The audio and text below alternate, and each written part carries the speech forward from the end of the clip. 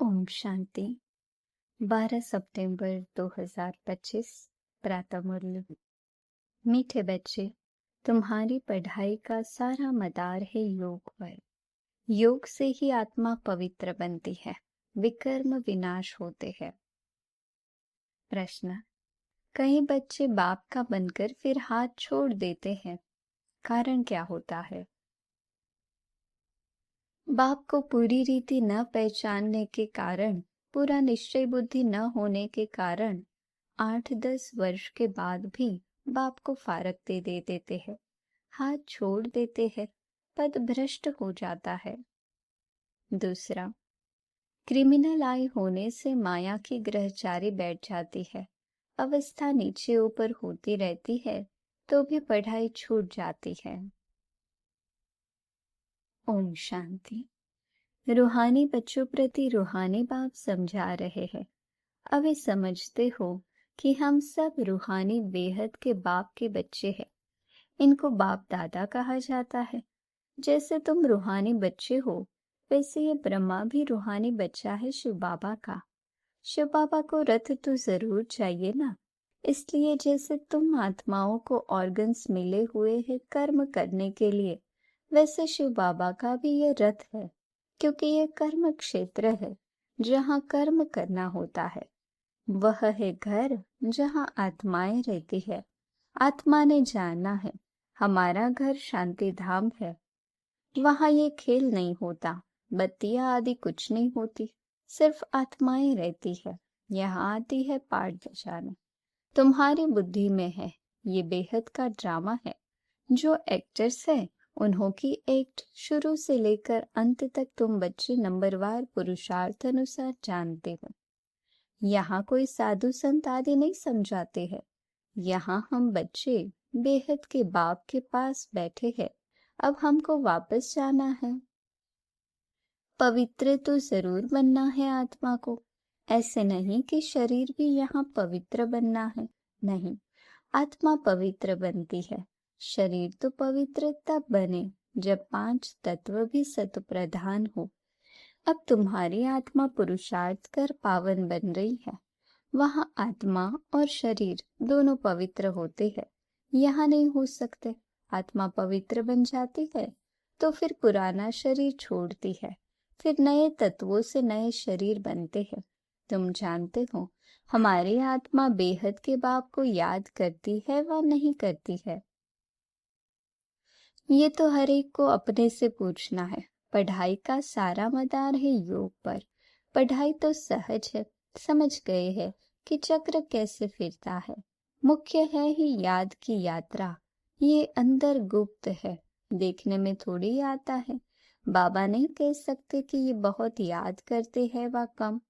हाँ, ज्ञान के लिए बता सकेंगे कि ये ज्ञान में बहुत तीखा है। याद का तो कुछ देखने में नहीं आता है। ज्ञान मुख से बोला जाता है।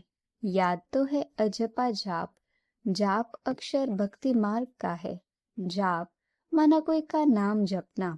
यहाँ तो आत्मा को अपने बाप को याद करना है। तुम जानते हो हम बाप को याद करते करते पवित्र बनते बनते मुक्ति धाम शांति धाम में जाकर पहुंचेंगे। ऐसे नहीं कि ड्रामा से मुक्त हो जाएंगे। मुक्ति का अर्थ है दुख से मुक्त हो, शांति धाम जाए, फिर सुख धाम में आएंगे। पवित्र जो बनते हैं वह सुख भोगते हैं। अपवित्र मनुष्य उन्हों की खिदमत करते हैं। पवित्रता की महिमा है, इसमें ही मेहनत है। आंखें बड़ा दुख ही देती है, गिर पड़ते हैं। नीचे ऊपर तो सबको होना पड़ता है। ग्रहचारी सबको लगती है। भल बाबा कहते बच्चे भी समझा सकते हैं, फिर कहते हैं माता गुरु चाहिए, क्योंकि अब माता गुरु का सिस्टम चलता है। आगे पिताओं का था, अभी पहले पहले कलश माताओं को मिलता है। माताएं मेजॉरिटी में है। कुमारियां राखी बांधती है पवित्रता के लिए। भगवान कहते हैं काम महाशत्रु है, इस पर जीत पहनो। रक्षाबंधन पवित्रता की निशानी है। वो लोग राखी बांधते हैं, पवित्र तो बनते नहीं। वह सब है आर्टिफिशियल राखी, कोई पावन बनाने वाले नहीं है। इसमें तो ज्ञान चाहिए। अभी तुम राखी बांधते हो, अर्थ भी समझाते हो, ये प्रतिज्ञा कराते हैं। जैसे सिख लोगों को कंगन निशानी होती है, परंतु पवित्र तो बनते नहीं। पतित को पावन बनाने वाला सर्व का सद्गति दाता एक है, वह भी देहधारी नहीं है। पानी की गंगा तो इन आंखों से देखने में आती है। बाप जो सद्गति दाता है, उनको इन आंखों से नहीं देखा जाता। आत्मा को कोई भी देख नहीं सकते कि वह क्या चीज है। कहते भी है हमारे शरीर में आत्मा है, उनको देखा है? कहेंगे नहीं। और सब चीजें जिसका नाम है वह देखने में जरूर आती है। आत्मा का भी नाम तो है। कहते भी है भ्रुकुटी के बीच चमकता है गजब सितारा, परंतु देखने में नहीं आते हैं। परमात्मा को भी याद करते हैं, देखने में कुछ नहीं आएगा। लक्ष्मी नारायण को देखा जाता है इन आंखों से। लिंग की भल पूजा करते हैं, परंतु वह कोई यथार्थ रीति तो नहीं है ना। देखते हुए भी जानते नहीं है परमात्मा क्या, ये कोई नहीं जान सकते। आत्मा तो बहुत छोटी बिंदी है, देखने में नहीं आती है। न आत्मा को न परमात्मा को देखा जा सकता है, जाना जा सकता है। अभी तुम जानते हो हमारा बाबा आया हुआ है इनमें। इस शरीर की अपनी आत्मा भी है।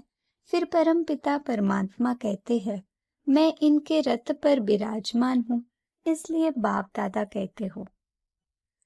अब दादा को तो इन आंखों से देखते हो, बाप को नहीं देखते हो। जानते हो बाप ज्ञान का सागर है। वह इस शरीर द्वारा हमको ज्ञान सुना रहे हैं। वह ज्ञान का सागर पतित पावन है। निराकार रास्ता कैसे बताएंगे?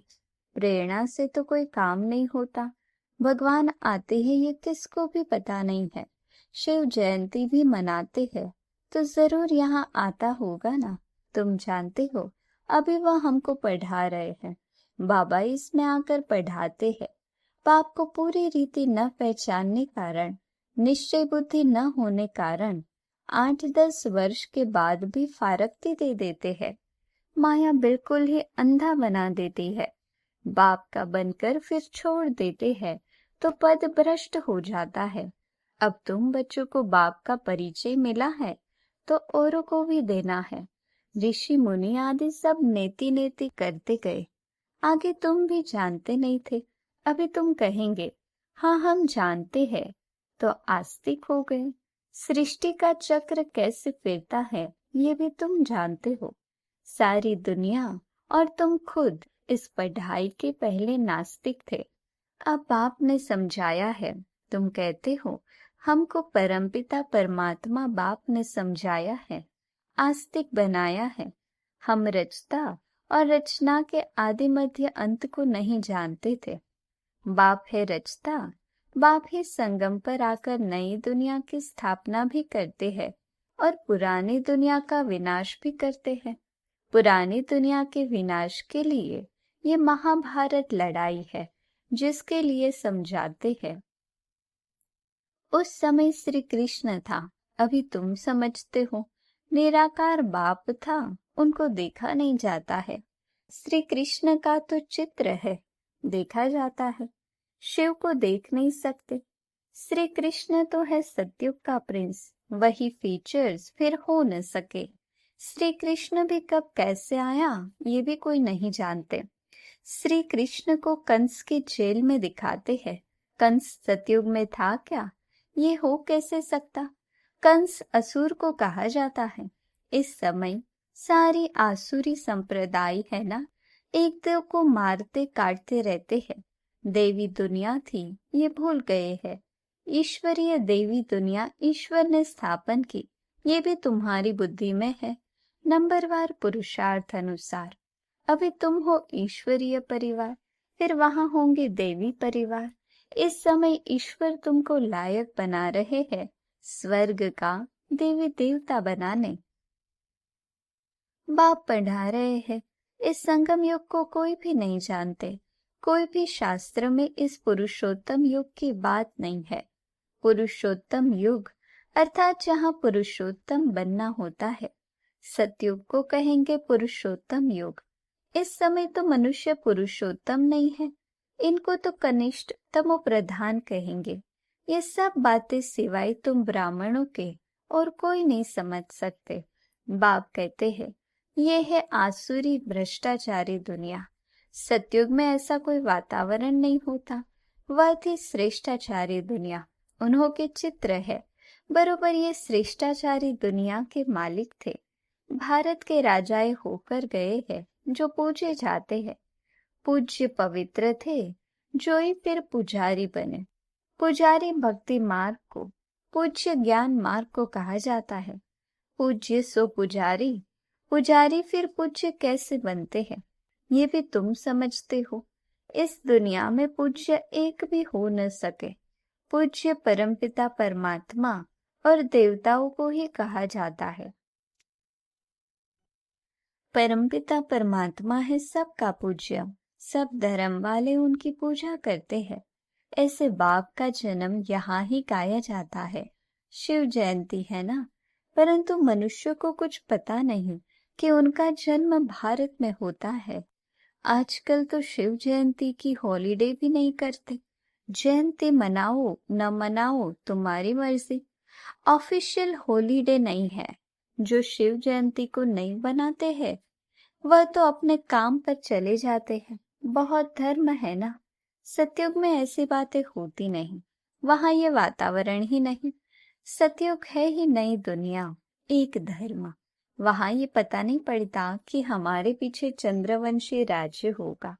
यहाँ तुम सब जानते हो ये पास्ट हो गया है। सतयुग में तुम होंगे, वहां किस पास्ट को याद करेंगे। पास्ट तो हुआ कलयुग। उनकी हिस्ट्री ज्योग्राफी सुनने से क्या फायदा। यहाँ तुम जानते हो हम बाबा के पास बैठे हैं। बाबा टीचर भी है, सतगुरु भी है। बाप आए हैं सबके सदगति करने। सभी आत्माओं को जरूर ले जाएंगे। मनुष्य तो देह अभिमान में आकर कहते हैं सब मिट्टी में मिल जाना है। ये नहीं समझते आत्माएं तो चली जाएंगी, बाकी ये शरीर मिट्टी के बने हुए है। ये पुराना शरीर खत्म हो जाता, हम आत्मा एक शरीर छोड़ दूसरा लेती है। ये इस दुनिया में हमारा अंतिम जन्म है। सब पतित है, सदैव पावन तो कोई रह नहीं सकते। सतो प्रधान सतो रजो तमो होते ही है। वो लोग तो कह देते सब ईश्वर के ही रूप है। ईश्वर ने अपने अनेक रूप बनाए हैं खेलपाल करने के लिए। हिसाब किताब कुछ नहीं जानते, न खेलपाल करने वाले को जानते हैं। बाप ही बैठकर वर्ल्ड की हिस्ट्री ज्योग्राफी समझाते हैं। खेल में हर एक का पार्ट अलग अलग है, सबका पोजीशन अलग अलग है। जो जैसा पोजीशन वाला होता है उनकी महिमा होती है। ये सब बातें बाप संगम पर ही समझाते हैं। सतयुग में फिर सतयुग का पार्ट चलेगा, वहां ये बातें नहीं होगी। यहाँ तुमको सृष्टि चक्र का ज्ञान बुद्धि में फिरता रहता है। तुम्हारा नाम ही है स्वदर्शन चक्रधारी। लक्ष्मी नारायण को थोड़ी स्वदर्शन चक्र दिया जाता है। ये है ही यहाँ के मूल वतन में सिर्फ आत्माएं रहती है। सूक्ष्म वतन में कुछ नहीं। मनुष्य जानवर पशु पक्षी आदि सब यहाँ होते हैं। सतयुग में मोर आदि दिखाते हैं। ऐसे नहीं कि वहां मोर के पंख निकाल पहनते हैं। मोर को थोड़ी दुख देंगे। ऐसे भी नहीं मोर का गिरा हुआ पंख ताज में लगाएंगे। नहीं, ताज में भी झूठी निशानी दे दी है। वहां सब खूबसूरत चीजें होती है, गंदी कोई चीज का नाम निशान नहीं। ऐसी कोई चीज नहीं होती जिसको देखकर घृणा आए। यहाँ तो घृणा आती है ना। वहां जानवरों को भी दुख नहीं होता है। सतयुग कितना फर्स्ट क्लास होगा। नाम ही है स्वर्ग, हेवन, नई दुनिया। यहाँ तो पुरानी दुनिया में देखो बरसात के कारण मकान गिरते रहते हैं, मनुष्य मर जाते हैं, अर्थक्वेक होगी सब दबकर मर जाएंगे। सतयुग में बहुत थोड़े होंगे, फिर बाद में वृद्धि को पाते रहेंगे। पहले सूर्यवंशी होंगे। जब दुनिया 25% पुरानी होगी तो पीछे चंद्रवंशी होंगे। सतयुग 1250 वर्ष है। वह है 100% नई दुनिया, जहाँ देवी देवता राज्य करते हैं। तुम्हारे में भी बहुत इन बातों को भूल जाते हैं।